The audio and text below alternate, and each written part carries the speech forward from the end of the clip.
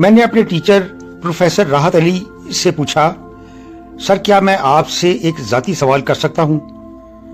वो मुस्कुराते हुए बोले, बिला झिझक पूछो। मैंने पूछा, सर क्या आप अपनी जिंदगी से खुश हैं?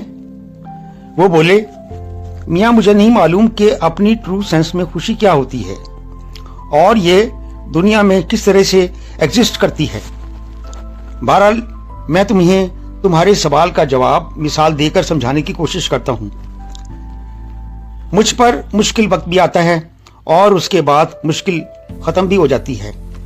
बाज़ औकात चलते चलते मैं सीढ़ियों से गिरकर जख्मी हो जाता हूं, मुझे चोट भी आती है, मगर फिर दवा लेने के बाद मुझे आराम भी आ जाता है। मैं बीमार भी पड़ता हूं और फिर सेहतमंद भी हो जाता हूं। कहने से मुराद यह है कि आदमी को दरपेश मुश्किल हालात किसी ना किसी शक्ल में उसकी जिंदगी के इख्तिताम तक खत्म नहीं हो पाते। इसलिए मेरे ख्याल में आदमी को खुशी की बजाय इत्मीनान और सुकून की कैफियत को ढूंढना चाहिए।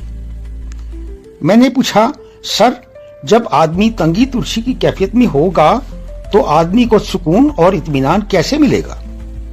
वो बोले, दर हकीकत सुकून और इत्मीनान सब्र और शुक्रगुजारी के जज्बे से जुड़ा हुआ है। यहां एक बात याद रखने वाली है कि शिकवा और शुक्रगुजारी एक दूसरे की जिद हैं। जहां आदमी हालत शिकवा में रहता है वहां वो हालत शुक्रगुजारी में हरगिज नहीं हो सकता, और जहां आदमी शुक्रगुजारी की कैफियत में होता है वहां शिकवा शिकायत करने का सवाल ही पैदा नहीं होता। कुछ समझ में आई मियां?